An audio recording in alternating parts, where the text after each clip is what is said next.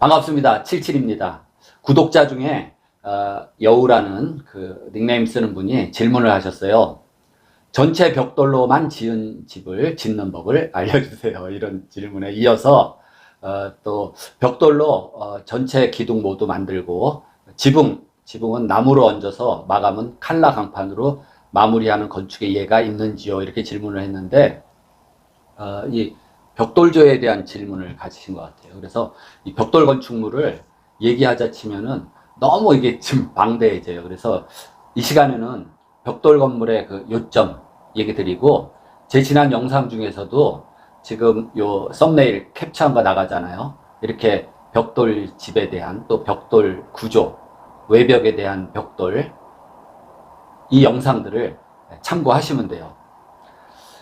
벽돌 건물의 대표적인 거는 한 예를 여러분들이 좀 찾아보시면 좋은데, 레드하우스라는 게 있습니다. 영국 런던에 있는데 요 윌리엄 모리스라는 그 유명한 뭐 건축가 겸 화가 겸 뭐 시인인데, 이분이 자기 집을 빨간 벽돌로 지었어요. 그리고 레드하우스라는 명칭을 얻게 됐는데, 이 레드하우스는 다른 게 아니라 그 당시에 이 모리스가 1834년생이거든요. 근데 그 당시에는 이 벽돌로 집을 짓고, 대부분이 벽돌로 다 집을 짓고, 외장 표면을 회반죽 마감, 그렇게 했어요. 근데 그 마감을 안 하고 그대로 놔둔 그 벽돌 자체가 보이게 해서 레드하우스라는 명칭을 얻게 됐는데, 이 집을 이렇게 좀 이해를 하면은 벽돌 건축물에 대한 그런 이해가 빠를 것 같아요. 그래서 이 외관을 보면은 아치가 보이고, 그리고 창이 있는데, 창이 가로로 긴 그런 창도 아니고 또 커다란 통창도 아니고 세로로 이렇게 길죠. 세로로 길어요. 그거는 이 조적조, 벽돌 건물 구조 특성상 가로로 길게 하면은 취약해진다, 구조적으로. 그래서 세로로 길게 할 수밖에 없었어요. 주택 건물 벽체 그 면적에 대해서 창이 아름다운 비례를 갖고 있는 것을 볼 수 있습니다. 혹시 여러분들이 영국에 가시면은 레드하우스는 일반인한테 이렇게 전시 공개를 해요. 그러니까 한번 방문을 하실 수가 있어요. 홈페이지에서 그냥 레드하우스 검색하시면은 런던 근교의 주소하고 홈페이지 주소가 나옵니다. 어른이 입장료 7.2유로, 애들은 3.6유로를 받고 있어요. 공휴일 쉬는 날이 있으니까 그거 피해서 가시면 됩니다. 근데 코로나 때문에 이제 어떻게 해외를 다니겠어요? 참 이제 문제죠. 진짜 문제입니다, 이거. 조적조에 대해서 그 재료라든지 또 구조의 핵심 요소들, 시공법, 특성, 이런 것들을 간략하게 말씀드리겠습니다.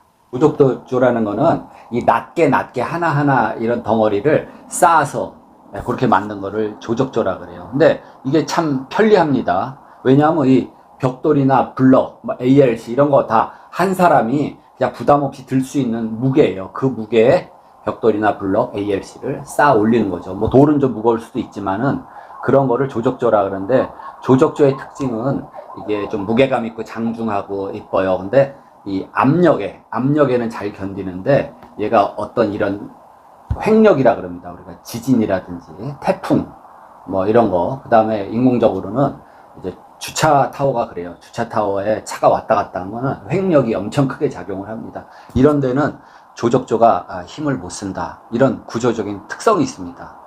그런데 예로부터 간편한 방법이기 때문에 조적조를 굉장히 많이 주택이라든지 건물들을 많이 져요. 지금도 유럽 쪽에 가보면은 뭐 거의 6층, 7층 이런 그때 당시로 말하면 뭐 공동주택 같은 거죠. 아파트 전부 벽돌집입니다. 겉에 1층 쪽에는 돌로 외장을 좀 쌓아 놓긴 했지만, 돌도 일종의 쌓아 올렸으면은 이게 조적식이죠. 근데 이렇게 벽돌을 많이 썼어요. 그다음에 슬라브 같은 것도 옛날에 뭐 철근 콘크리트가 흔하지 않을 때는 아치라는 걸 만들어서 슬라브 자체를, 바닥을 만들어 놨습니다. 벽돌 구조, 조적 구조에서 가장 중요하다고 할 수 있을까요? 그 아치라는 구조도 있고, 거기에 대해서 잠깐 설명을 드릴게요. 일단 이 벽돌의 종류는 여러분도 알다시피 빨간 벽돌. 근데 이 빨간 벽돌이라고만 할 수가 없고, 그거를 구운 벽돌이라고 하죠. 소성 벽돌. 그러면 빨간 벽돌도 있고 또 검정 벽돌도 있습니다. 그래서 이런 구운 벽돌이 있고 또 시멘트 벽돌이 있어요. 시멘트 벽돌은 시멘트하고 굵은 모래를 틀에다 찍어서 맞는 거죠. 그래서 이 시간에는 조적조 중에서 블럭도 있고 ALC도 있고 뭐 돌도 있지만은 그거는 제외시키고 이 벽돌 조적조에 관해서 얘기를 드리려고 합니다. 그 다음에 이 소성벽돌, 불에 구운 벽돌도 과소벽돌이라는 게 있어요. 적정 온도, 뭐 1100도, 1000도, 900도 이렇게 굽는 게 아니라 온도가 너무 또 올라가가지고 벽돌이 변형되면서 너무 센 온도에 구워진 거를 과소벽돌이라고 합니다. 모양은 좀 울퉁불퉁하지만은 높은 온도에서 구웠기 때문에 강도는 세고 흡수율은 또 좀 낮고 그래요. 고압벽돌이라는 게 있습니다. 특별히 압력을 잘 견딜 수 있는 그런 벽돌인데 대표적인 예가 우리나라 과거에 한 3, 40년 전에 더 됐나요? 그 반포지구 모래밭에 반포 주공 아파트를 지을 때 그건 철근 콘크리트 구조가 아니라 조적조입니다. 그래서 주택공사에서 고압벽돌이라는 거를 갖다가 5층으로 다 지었죠. 지금은 다 이제 재개발로 없어졌는데 벽돌로 아파트를 그렇게 지은 예가 있었어요. 고압벽돌이라고도 있고. 그럼 벽돌 치수인데 벽돌 치수가 길이라 그러죠. 길이. 그 다음에 이쪽을 마구리라 그래요. 마구리. 그래서 벽돌의 너비. 요거는 벽돌 높이라 그럴 수가 있어요. 근데 벽돌 사이즈가 과거에는 좀 컸었어요. 이 길이가 뭐 21cm, 이 폭이 뭐 10cm가 넘고 이랬는데, 그거를 통일을 시켰습니다. 그래서 표준벽돌이라고 해서 지금은 표준벽돌 사이즈가 요게 19cm 길이, 이쪽을 길이라 그러죠. 길이. 요게 19cm, 요게 5.7cm, 그 다음에 이쪽이 9cm 이렇게 돼요. 9cm에다가 요 줄눈 두께 10mm, 1cm 더하면 10cm가 되는 거고, 요게 19cm인데 1cm 더하면 20cm가 되죠. 그래서 요 길이 하나, 요거를 분리개, 벽돌 분리개 B자를 써서 요거 하나를 1B라 그럽니다. 1B. 그러면 1B 쌓기다 이렇게 얘기를 하면 이 두께로 쌓는 거예요. 이 두께로. 얼마 두께? 19cm. 또는 뭐 여기에는 이제 몰탈 두께가 안 붙으니까 1B 쌓기면 요 벽돌 한 장 길이 19cm가 되는 거예요. 그러면 0.5B 쌓기다 그러면 요렇게 되죠. 요렇게 돼서 요 두께로 쌓아 올라가면 요게 0.5B 두께 쌓기고, 그럴 때 이렇게만 쌓으면 이쪽 면에서 보잖아요. 그러면 이면이 쭉 보이죠. 이면만 다 보여요. 벽돌이. 그럴 때 그거를 길이 쌓기라 그럽니다. 길이 쌓기. 근데 벽돌을 쌓는데 이면도 보이지만은 이면이 보여요. 그럼 최소한 이 벽돌 두께가 1B는 되겠죠. 19cm 이만큼은 될 거 아니에요. 이거를 마구리 쌓기라 그래요. 그래서 이면이 쭉 보이게 쌓는다 그러면 마구리 쌓기고, 이면이 보이게 쌓는다 그러면 길이 쌓기다. 이렇게 알아두시면 됩니다. 또 벽돌의 품질을 이 압축 강도하고 흡수율 요 두 가지로 표시를 하는데, 요 표에서 보듯이 이 벽돌을 뭐 특급, 1급, 2급으로 나누고, 요거는 군 벽돌이라고 써놨죠. 그러니까 말하자면 소성 벽돌입니다. 빨간 벽돌이라든지 그 가마에다 구운 벽돌. 그래서 특급은 압축 강도가 평방 센치당 200kg, 1급은 150kg, 2급은 100kg. 그 다음에 흡수율도 특급일수록 흡수율이 작죠. 17%. 그 다음에 2급은 23% 이하를 만족시켜야 된다. 그리고 세멘트 벽돌은 특별히 흡수율이 원체 크기 때문에 표시 안 하고, 압축 강도만 제곱센치당 킬로그램으로 50kg 제곱센치당. 그러면은 한번 계산해 보세요. 벽돌 이 바닥이 요게 얼마예요? 그냥 계산하기 좋게 10cm에 20cm라고 그냥 가정을 해봐요. 10cm에 20cm. 그러면은 10 곱하기 20을 하면은 200 평방 센치가 되죠. 요 면이. 그러면 세멘트 벽돌 하나가 감당할 수 있는 압력은 얼마냐 하면은 1제곱센치당 50kg니까 200제곱센치를 곱하면 어떻게 돼요? 요 벽돌 면적 200 스퀘어 센치라고 가정을 하고, 요 제곱센치당 50kg의 압력을 받으니까 만 킬로그램을 견딜 수 있잖아요. 그러면 동그라미 3개 빼면은 톤이 되죠. 10톤. 야, 벽돌 한 장, 이거 세멘트 벽돌 한 장에 요거 받치는 게 10톤. 생각보다 엄청난 힘을 받을 수가 있죠. 또 한 가지 내화벽돌이라는 게 있습니다. 내화벽돌은 사이즈가 좀 달라요. 조금 큽니다. 요 춤이 65mm, 요 너비가 114mm, 그 다음에 이 길이가 230mm가 되는데 그 내화벽돌은 뭐 용광로라든지 주변 또 아궁이 같은데 화덕 이런 데다가 쓰게 되는데 이 불에 굉장히 강한 그런 벽돌이라고 보시고 그 제게르콘이라 그럽니다. 제게르콘. 그래서 남바가 있어요. SK 남바 몇 번 해가지고 여러분들이 좀 더 자세한 걸 찾아보려면 내화벽돌의 내화도는 그 제게르콘 SK 남바가 있어요. 그 따라서 내화도가 다르니까 그거를 찾아보시면 됩니다. 그 다음에 이제 중요한 게 줄눈인데 줄눈은 크게 두 가지예요. 막힌 줄눈이 있고 통줄눈이 있다. 통줄눈은 뭐예요? 이렇게 해서 똑같이 사다리형으로 쌓은 통줄눈이고 막힌 줄눈은 마치 피라미처럼 이렇게 형성이 되죠. 그래서 위에서 힘이 가해지면은 그 힘의 분포가 삼각형으로 이렇게 내려가는 게 막힌 줄눈입니다. 요 그림과 같이. 그래서 막힌 줄눈이 통줄눈보다 구조적으로는 굉장히 안정적이다. 그리고 벽돌조에서 좀 중요한 개념이 있는데 이 벽돌 낮게 이런 강도가 세다고 벽돌조가 강해지는 게 아니에요. 벽돌조의 강도는 이 벽돌을 접합해서 쌓아 올리는 거를 몰탈이라고 그러거든요. 접합 몰탈. 몰탈의 강도가 벽돌 구조의 강도를 좌우한다. 이렇게 보시면 됩니다.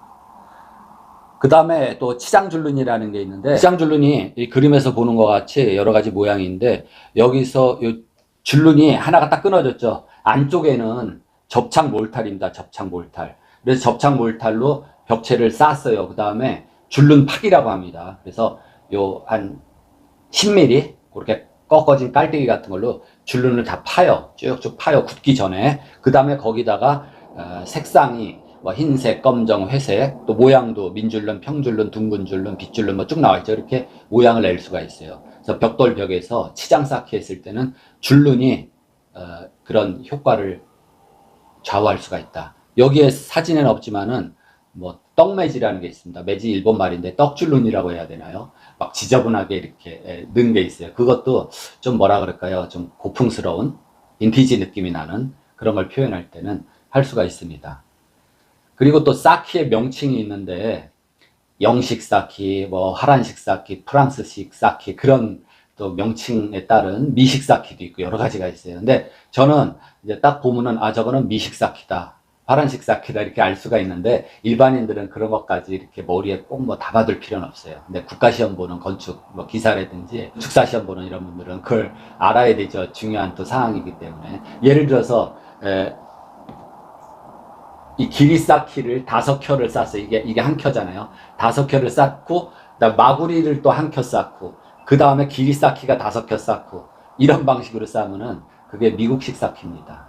근데 쌓기 방식에 따라서 이 쌓는 시공의 편의성 또 벽체의 어떤 튼튼하기 그런 게 조금씩 차이가 있는데 뭐 우리들이 그것까지 그렇게 디테일하게 자세하게 알 필요가 없고, 그리고 특수 쌓기라는 게 있어요. 그거는 영롱 쌓기라 그래서 이렇게 중간에 구멍을 두고 엉성하게 쌓는 거, 모양 쌓기 일종이죠. 영롱 쌓기라든지 이런 방식이 언못 쌓기.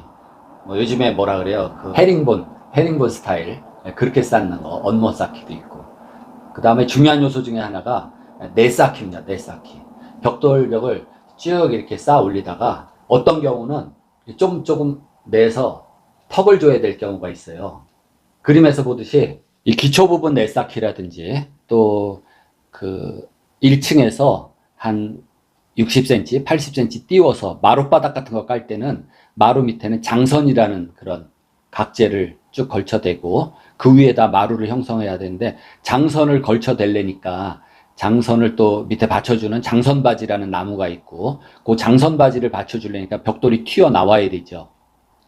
그래서 내쌓기를 할 때는 그 마루 밑에 장선을 깔기 위해서 장선바지 턱을 하기 위해서 또 내쌀 수가 있는데, 무조건 내미는 게 아니라 1비가 뭐라 그랬어요? 벽돌 한 장 길이라 그랬죠. 그래서 한 4분의 1씩 내던지 8분의 1씩 2번 내던지 그런 규정들이 있습니다. 그 다음에 지붕 쪽으로 올라가면은 지붕에서 요 지붕 처마의 디자인과 물이 흘러내리는 것 때문에 요 벽돌을 내쌀 수가 있어요. 전체 내쌓는 그 길이가 2비를 초과하지 않는다. 2비면 뭐예요? 거의 40cm가 되는데 39cm죠. 입비를 초과하지 않는다. 이게 너무 많이 너무 많이 내싸면은 모멘트가 작용하죠. 이렇게 뒤집어지려는. 그래서 내쌓기는 그런 한도가 있다. 그러니까 기초 또는 이 마루판 밑에 장선바지 또는 지붕 쪽에 처마 쪽 그런 데는 내쌓기를 할 수가 있고, 또 창턱 같은 데는 어떻게 돼 물이 벽체 타고 내려가지 않게 벽이 있으면은 이렇게 세워 쌓기를 하면서 이 부분으로 물이 똑똑 떨어지게 물 끊기를 해주면서 세워 쌓기를 또 해줍니다. 공간 쌓기를 하는 경우가 있는데, 이게 어떤 경우는 콘크리트 건물 또는 목조인데 이 겉에 외벽을 벽돌로 이렇게 치장하고 싶어요. 그러니까 그냥 흔하게 벽돌로 감는다 이렇게 얘기를 하는데, 그때는 벽돌벽이 이렇게 본체랑 분리돼서 자빠질 수 있으니까 그거를 긴결을 해줘야 됩니다.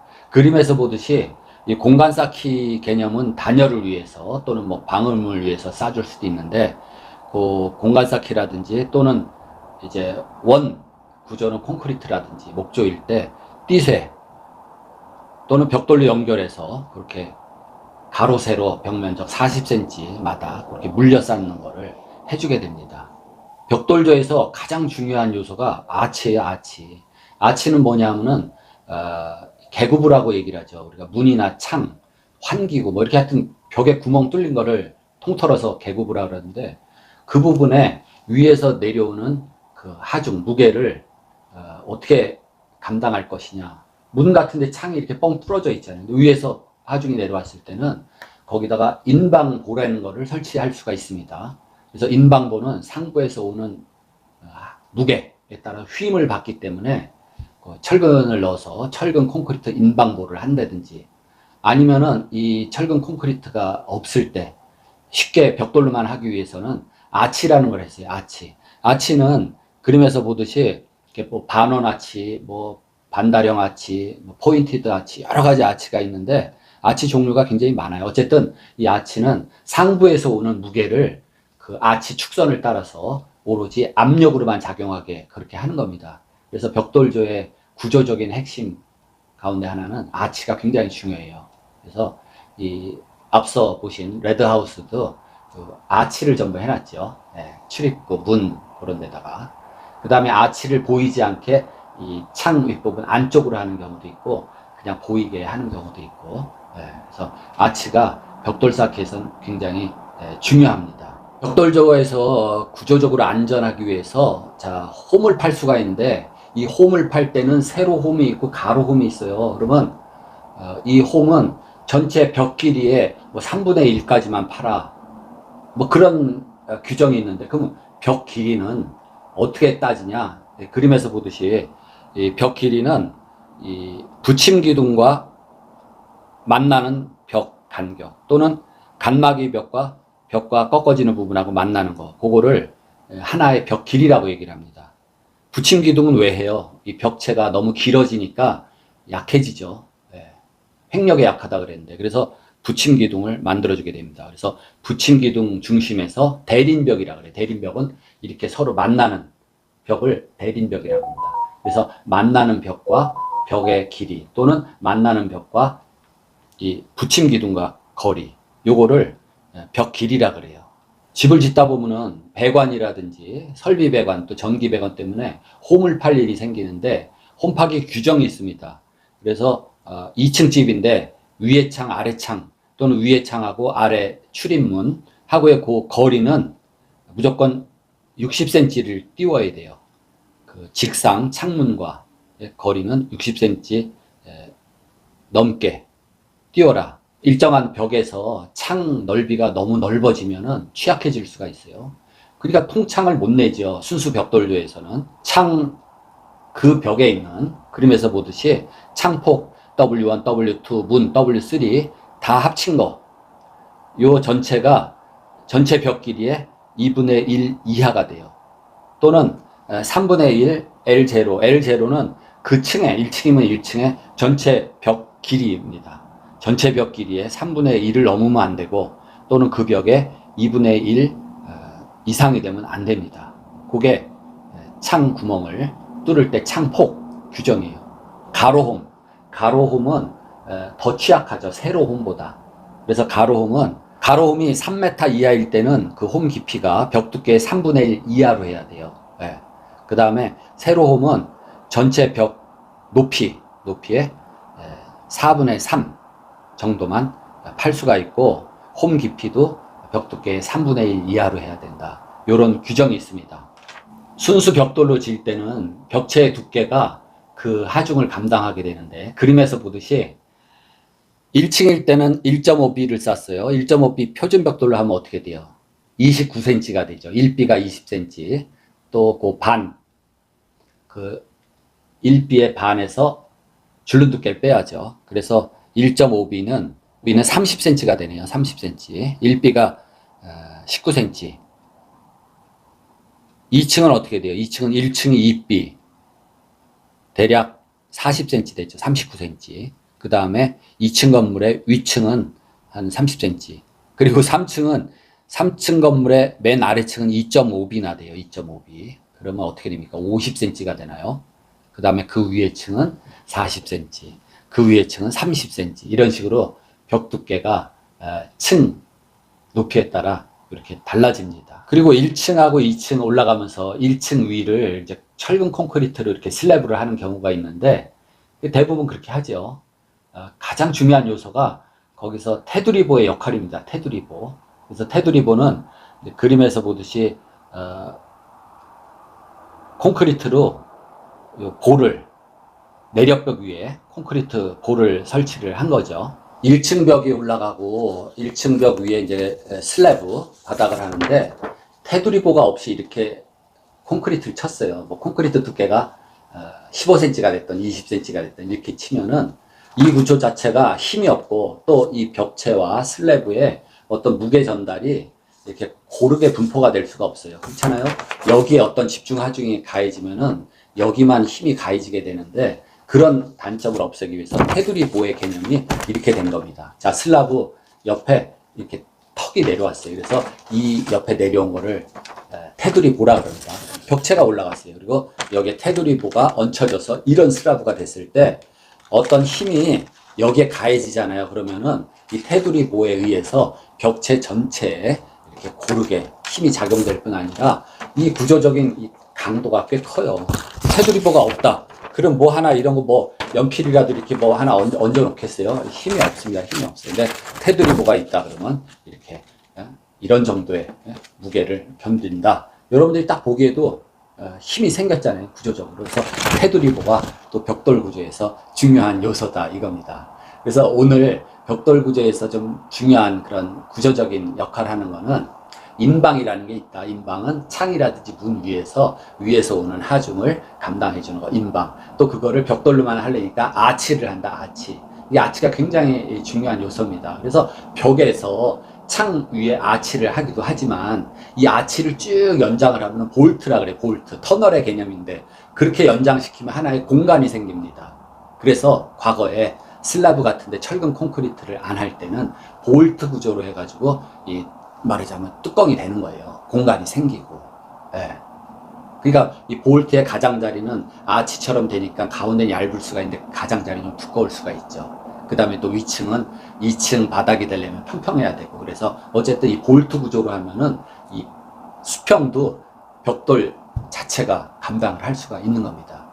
그 다음에 조금 전에 말씀드린 테두리보, 이것도 중요한 요소고, 내쌓기는 조금씩 내쌓되 너무 많이 내싸면 안 되고, 최대한 내싸도 2B 이내로 해야 된다. 1B가 19cm죠. 한 40cm.